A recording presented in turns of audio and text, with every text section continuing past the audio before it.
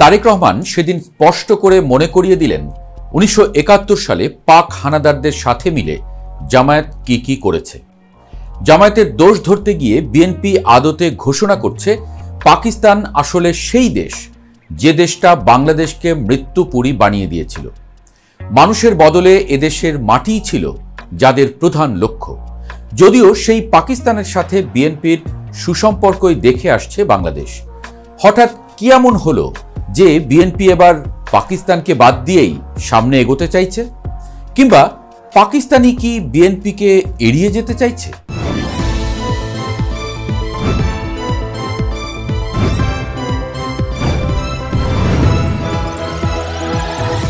বাংলাদেশের রাজনীতির ইতিহাসে পাকিস্তান, বিএনপি এবং জামায়াতে ইসলামী এই তিনের সম্পর্ককে দীর্ঘদিন ধরে এক রৈখিক বা একই সুতোয় গাঁথা বলে মনে করা হতো। বিশেষ করে ৯০-এর দশক এবং পরবর্তী ৪ দলীয় জোট সরকারের আমলে এই ধারণাটি জনমনে এবং রাজনৈতিক বিশ্লেষকদের কাছে বদ্ধমূল হয়েছিল। ১০ ট্রাক অস্ত্রের ঘটনা থেকে শুরু করে জঙ্গিবাদের উত্থান, প্রতিটি স্পর্শকাতর ইস্যুতে বারবার পাকিস্তান এবং বিএনপির নাম একই সমীকরণে উঠে এসেছে। কিন্তু রাজনীতির স্রোত চিরকাল এক পথে বহে না। সাম্প্রতিক ঘটনাবলী, বিশেষ করে গত ১.৫-২ বছরের রাজনৈতিক প্রেক্ষাপট পর্যবেক্ষণ করলে দেখা যায় সেই পুরনো সমীকরণটি ভেঙে চুরমার হয়ে যাচ্ছে। বিএনপি এখন সচেতনভাবে পাকিস্তান প্রসঙ্গ এড়িয়ে চলছে, আর পাকিস্তান ঝুঁকছে তাদের দীর্ঘদিনের পরীক্ষিত আদর্শিক মিত্র জামায়াতে ইসলামীর দিকে। এই দূরত্বের কারণ কি শুধুই কৌশলগত, নাকি এর গভীরে রয়েছে আরও বড় কোনো ভূরাজনৈতিক হিসাব নিকাশ? বিএনপির বর্তমান শীর্ষ নেতৃত্ব, বিশেষ করে দলের ভারপ্রাপ্ত চেয়ারম্যান তারেক রহমানের সাম্প্রতিক বক্তব্য এবং অবস্থান এই পরিবর্তনের সবচেয়ে বড় ইঙ্গিত দেয়।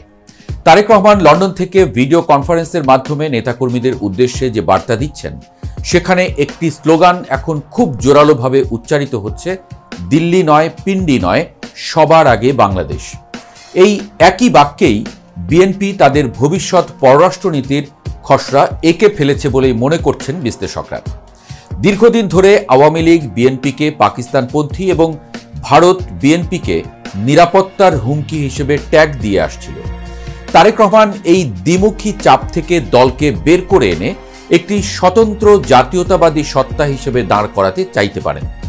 বিএনপি বুঝতে পারছে ২১ শতকের বাংলাদেশে তরুণ ভোটারদের কাছে পাকিস্তান প্রীতি কোনো ইতিবাচক গুণ তো নয়, উল্টো এটি একটি ঐতিহাসিক দায়। তাই পিন্ডিকে না বলার মাধ্যমে বিএনপি মূলত ১৯৭১ সালের মুক্তিযুদ্ধের চেতনার উত্তরাধিকারী হিসেবে নিজেদের প্রতিষ্ঠিত করতে চাইছে। এমনকি স্বাধীনতার ঘোষক জিয়াউর রহমানের দল হিসেবে পুনঃপ্রতিষ্ঠিত করতে চাইছে বিএনপিকে। অন্যদিকে পাকিস্তানের আচরণের দিকে তাকালে দেখা যায় এক কৌতূহল উদ্দীপক দৃশ্যপট। গত ১.৫ বছরে পাকিস্তানের কতজন নেতা বা কূটনীতিক বিএনপির সাথে আনুষ্ঠানিক বৈঠকে বসেছেন তার পরিসংখ্যান খুঁজলে হতাশ হতে হবে। অথচ এই একই সময়ে জামায়াতে ইসলামীর সাথে পাকিস্তানি প্রতিনিধিদের যোগাযোগ ছিল চোখে পড়ার মতো। বিশেষ করে ৫ আগস্টের রাজনৈতিক পট পরিবর্তনের পর বাংলাদেশে পাকিস্তানের সক্রিয়তা বেড়েছে বহুগুণ। পাকিস্তানি হাইকমিশনার ও বিভিন্ন ট্রেড ডেলিগেটরা ঘন ঘন বৈঠক করছেন, কিন্তু সেই বৈঠকের তালিকায় বিএনপির নাম খুব একটা দেখা যাচ্ছে না। তারা দেখা করছেন অন্তর্বর্তীকালীন সরকারের প্রধান উপদেষ্টা ডক্টর মোহাম্মদ ইউনূসের সাথে, কথা বলছেন প্রশাসনের বিভিন্ন স্তরে এবং অবশ্যই যোগাযোগ রাখছেন জামায়াতে ইসলামীর শীর্ষ নেতাদের সঙ্গে। পাকিস্তানের এই আচরণ থেকে একটি বিষয় পরিষ্কার, তারা বাংলাদেশে তাদের সফট পাওয়ার বা প্রভাব বিস্তারের জন্য এখন আর বিএনপির উপর নির্ভর করতে রাজি নয়। এর পেছনে প্রধান কারণ হতে পারে জামায়াতে ইসলামীর সাম্প্রতিক পুনরুত্থান এবং জনপ্রিয়তা। দীর্ঘ ১.৫ দশক কোণঠাসা থাকার পর জামায়াত যেভাবে সংগঠিত হয়ে মাঠে নেমেছে তা পাকিস্তানের নীতি নির্ধারকদের নজর কেড়েছে। পাকিস্তান রাষ্ট্রটির কাঠামোগত ডিএনএতে যে ইসলামী জাতীয়তাবাদের সুর রয়েছে, তার সাথে বিএনপির উদার ও মধ্য ডানপন্থী জাতীয়তাবাদের চেয়ে জামায়াতের ধর্মভিত্তিক রাজনীতির মিল অনেক বেশি। পাকিস্তান হয়তো মনে করছে বিএনপি যেহেতু ভোটের রাজনীতিতে ক্ষমতায় যেতে চায়, তাই তারা আন্তর্জাতিক গ্রহণযোগ্যতা পেতে ভারত এবং পশ্চিমাদের সাথে একটি ভারসাম্যপূর্ণ সম্পর্ক রাখতে বাধ্য হবে। কিন্তু জামায়াত তাদের আদর্শিক অবস্থান থেকে পাকিস্তানের অকৃত্রিম মিত্র হিসেবেই থাকবে। তাই পাকিস্তান এখন কৌশলগত মিত্র হিসেবে বিএনপিকে সাইডলাইনে রেখে আদর্শিক মিত্র জামায়াতকেই বুকে টেনে নিচ্ছে, এটা পরিষ্কার। বিএনপির দিক থেকেও এই বিচ্ছেদের শক্ত কারণ রয়েছে। বিএনপি অনুধাবন করেছে যে পাকিস্তানের সাথে অতিরিক্ত সখ্যতা তাদের আন্তর্জাতিক রাজনীতিতে একঘরে করে ফেলেছে। বিশেষ করে ভারতের সঙ্গে সম্পর্কের বরফ গলাতে হলে পাকিস্তান ট্যাগ ঝেড়ে ফেলাটা বিএনপির জন্য আবশ্যিক। প্রশ্ন উঠতে পারে, বিএনপি কি ভারতের সাথে আলোচনায় বসবে? উত্তর হলো, রাজনীতির প্রয়োজনে বিএনপি অবশ্যই ভারতের সাথে কাজ করতে চাইবে এবং হয়তো চাইছেও। বাজারে তো নানান কথাও ঘুরছে। বিএনপি জানে প্রতিবেশী ভারতের সাথে বৈরী সম্পর্ক রেখে বাংলাদেশে দীর্ঘমেয়াদী স্থিতিশীলতা এবং রাষ্ট্র ক্ষমতা টিকিয়ে রাখা কঠিন। ভারতের সাথে মিত্রতা না হলেও অন্তত কার্যকর সম্পর্ক স্থাপনের জন্য পাকিস্তানকে এড়িয়ে চলা বিএনপির জন্য এখন সময়ের দাবি। পাকিস্তানের সাথে বর্তমান ইউনূস সরকারের সম্পর্ক উন্নয়নের বিষয়টিও এই আলোচনায় গুরুত্বপূর্ণ। ডক্টর মোহাম্মদ ইউনূসের নেতৃত্বাধীন সরকারের সাথে পাকিস্তানের সম্পর্ক দিন দিন উষ্ণ হচ্ছে। পাকিস্তানে বাণিজ্যের প্রসার, সরাসরি ফ্লাইট চালু এবং ভিসা সহজীকরণের মতো প্রস্তাব নিয়ে দ্রুত এগিয়ে আসছে।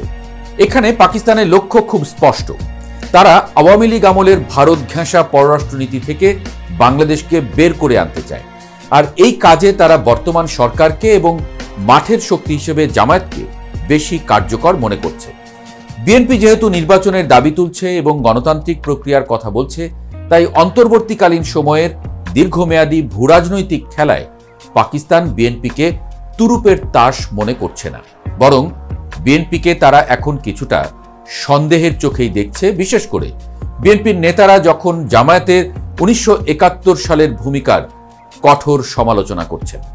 সবচেয়ে চমকপ্রদ মোড়টি হল জামায়াতের বিরুদ্ধে বিএনপির সাম্প্রতিক কঠোর অবস্থান। দীর্ঘমেয়াদে জোটসঙ্গী জামায়াতকে বিএনপি এখন প্রকাশ্যেই আক্রমণ করছে। তারেক রহমান সহ বিএনপির সিনিয়র নেতারা বারবার 1971 সালের মুক্তিযুদ্ধের প্রসঙ্গ টেনে আনছেন এবং জামায়াতের মানবতা বিরোধী অপরাধের কথা স্মরণ করিয়ে দিচ্ছেন। এটি বিএনপির জন্য এক বিশাল ইউটার্ন মনে হতে পারে, কিন্তু গভীরভাবে ভাবলে এটি একটি সুচিন্তিত রাজনৈতিক চাল। বিএনপি বুঝতে পারছে আগামী নির্বাচনে জামায়াত তাদের ভোট ব্যাংকে ভাগ বসাতে পারে। তাছাড়া বিএনপি নিজেকে প্রকৃত মুক্তিযোদ্ধার দল হিসেবে প্রমাণ করতে চায়। আওয়ামী লীগের বয়ান ছিল বিএনপি মানেই স্বাধীনতা বিরোধী শক্তির পৃষ্ঠপোষক। এই কলঙ্ক মুছতে হলে জামায়াতকে আঘাত করার এবং পাকিস্তানকে বর্জন করার কোনো বিকল্প বিএনপির হাতে আপাতত নেই। বিএনপি এখন জিয়াউর রহমানের স্বাধীনতার ঘোষক ইমেজ এবং মুক্তিযুদ্ধের মূল চেতনাকে পুঁজি করে এগোতে চাইছে, যেখানে পাকিস্তানের কোনো স্থান নেই। তাহলে প্রশ্ন আসে, পাকিস্তান আসলে কার, জামায়াত না বিএনপির? বর্তমান প্রেক্ষাপট বিচার করলে উত্তরটা জামায়াতের দিকেই বেশি ঝুঁকবে। পাকিস্তান রাষ্ট্রটি এখন বাংলাদেশে এমন একটি মিত্র চায় যারা নিঃশর্তভাবে তাদের এজেন্ডার সাথে একাত্ম থাকবে। বিএনপি একটি বিশাল জনসমর্থন পুষ্ট দল বা ম্যাস পার্টি। তাদের দলের ভেতরে মুক্তিযোদ্ধা, বামপন্থী থেকে আসা নেতা, উদারপন্থী এবং রক্ষণশীল সব ধরনের মানুষ আছে। তাই বিএনপির পক্ষে অন্ধভাবে পাকিস্তানের অনুসারী হওয়া সম্ভব নয়। কিন্তু জামায়াতের শেকড় তাদের পাকিস্তানের অখণ্ডতার রাজনীতির সঙ্গে ঐতিহাসিকভাবে যুক্ত।